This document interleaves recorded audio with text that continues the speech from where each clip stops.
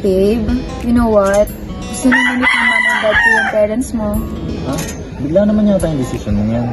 Ha? Eh, mag-anniversary naman na tayo, di ba? Pero babe, busy pa ang parents ko. Pag-uwi na lang ni dad. Lagi mo na lang sinasabi yan. Siguro may iba ka na, ano? Babe, ikaw lang naman eh. Lagi ko naman sinasabi yan sa'yo. Sus? Babe, yun na. Please. Babe. Babe, Bahala. gagawa ko ng paraan next time. Babe. Yun na, babe. Opo. Oh, nice ways niya, dito ka pala. So good naman nandito ka since kapag ini-invite namin ng parents mo, hindi sila pumupunta dito. So kami na lang yung pupunta sa inyo, no? Since I wanna make sure na safe ang aking only daughter and gusto ko rin makita kung anong sitwasyon ng meron kayo. Kung meron ba talagang magiging future yung anak ko sa inyo, no? Kailan ba kami pwede pumunta sa inyo? Kami na lang ang pupunta since hindi naman kayo laging pupunta sa invitation ko. Okay, that's nice. So, let's set a date and para makita ko naman ng parents mo, no?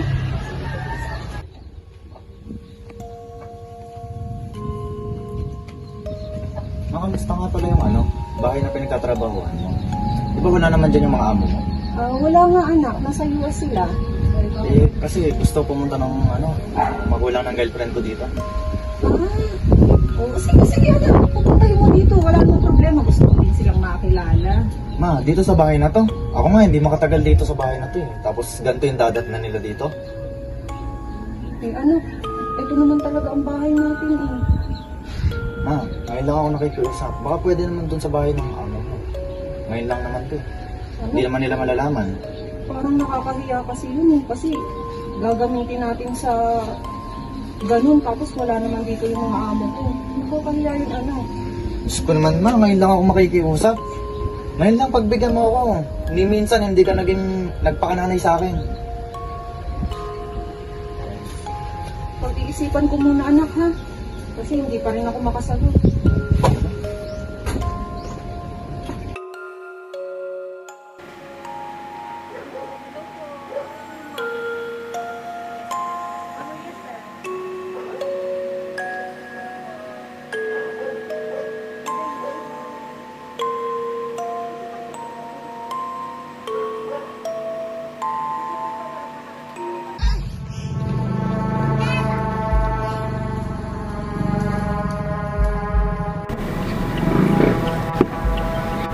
Huwag mo na po ipakita. Baby, what do you want for dinner? I don't know, Mom. You choose. What about steak since it's Friday? Steak Friday! Wait. Yeah, is that your boyfriend? Is that Wesley? I think so, Mom.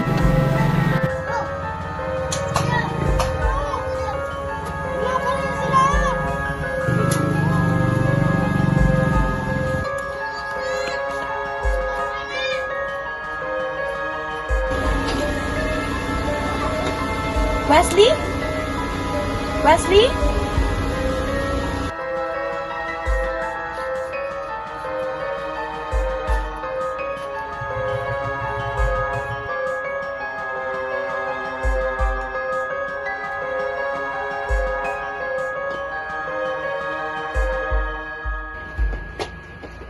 Wesley? Dito? Babe? What is this place? Ikaw ang sumagot! Anong ginagawa mo dito? Papaliwanag ko. Explanation? Is this your house?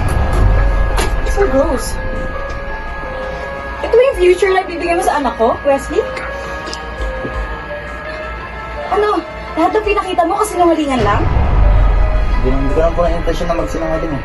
Hindi intensyon na sinungaling, pero ginawa mo na.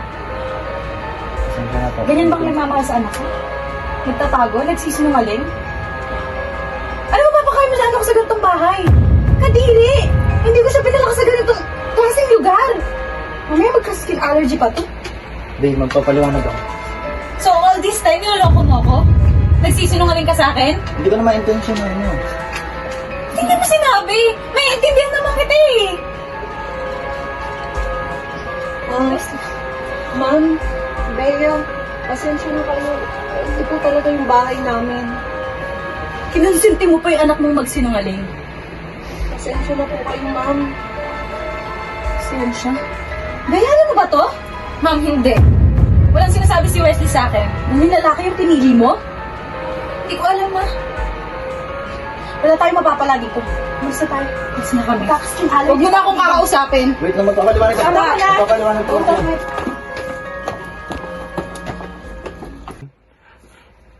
Ma, kita mo na nangyari? Galit na galit sa akin ang girlfriend ko at ngayon, galit na galit din ang pamilya sa akin. Anong gagawin ko ngayon? Oh, huwag ka na magpaliwanag. Lagi na lang ganito nangyayari sa buhay natin. Anak, wala naman. Alam mo ba, sawang-sawa na ako sa buhay na to. Gusto ko nang umalis. Siguro, kung hindi ikaw ang naging nanay ko, maganda ang buhay ko ngayon. At sana, kami pa rin na Bea. Eh, wala naman ako magagawa, anak. Ito talaga yung bahay natin. Hindi ko naman din gusto na magalit sa yung mga yun eh. O, tapos ngayon, dadramahan mo ako. Anak, paano gagawin ko? Ito lang talaga. Wala na, ginagawa ko naman lahat eh. Ma, huwag ka na magdrama. Sawang-sawa na ako sa buhay na to. Lagi na lang ganito. Pati taong mahal ko, iniwan ako eh. Lecheng buhay to! Wesley!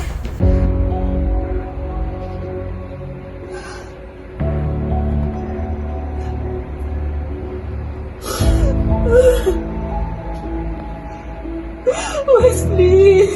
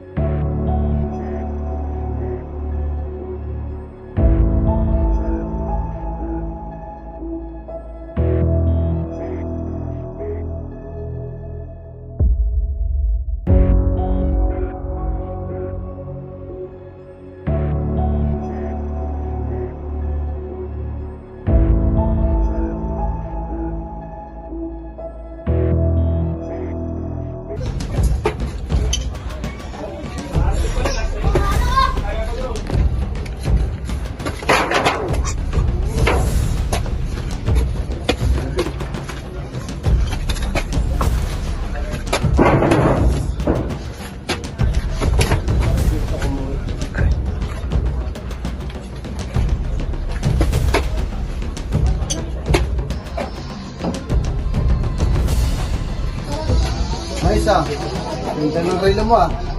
Punata ko yan ah. Ganda yung sapatos mo, baka pwedeng akin na yan. Gusto mo? Bumili ka.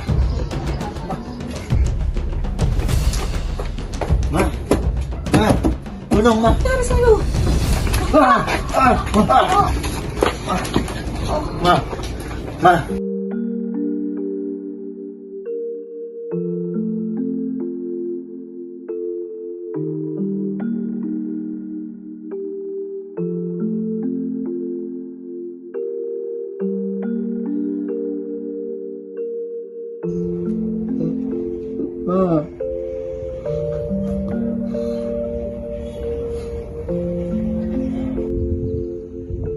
Alam ko naman nung bago ka mawala, napatawad mo na ako. Ma, kung naririnig mo ako ngayon, sana napatawad mo ulit ako. Ma, sana kung nandito ka pa, masaya sana tayo.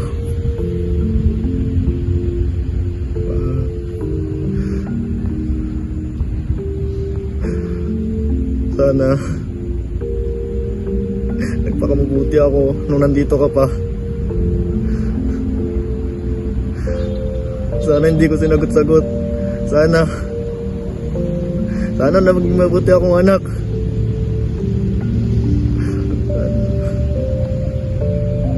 Ngayon alam ko na pakaramdam ng mawala ng ina. Napakasakit, ma.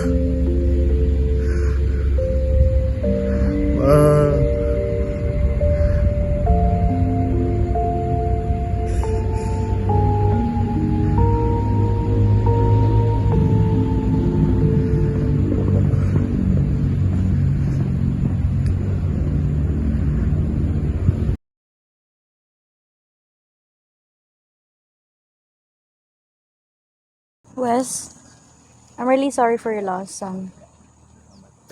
Wesley, nakikiramay kami sa'yo. Sana, napag-isip-isip mo na naging mabuti sana ikaw na anak kay tita. Condolence, Wesley. And I hope this serves as a lesson for you, Wesley. Salamat. Please be strong.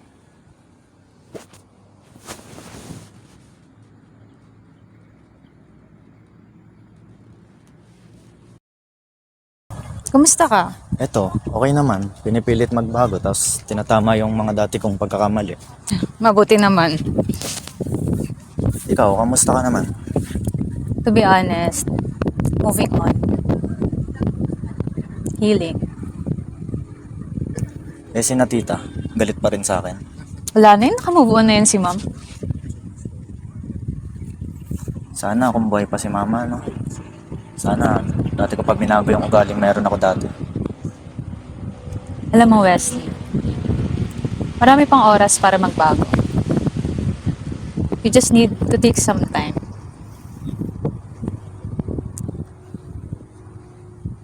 I'm sure, napatawad ka naman ng mama mo. Sana. At alam ko naman yun, napakabait ni mama sa akin. Kaya sana, dati pa talaga ako nagbago. Huwag ka na mag-alala. Hinabantayan ka niya. Naririnig lang ako ni mama. Ma, patawad. Magiging proud siya sa'yo someday.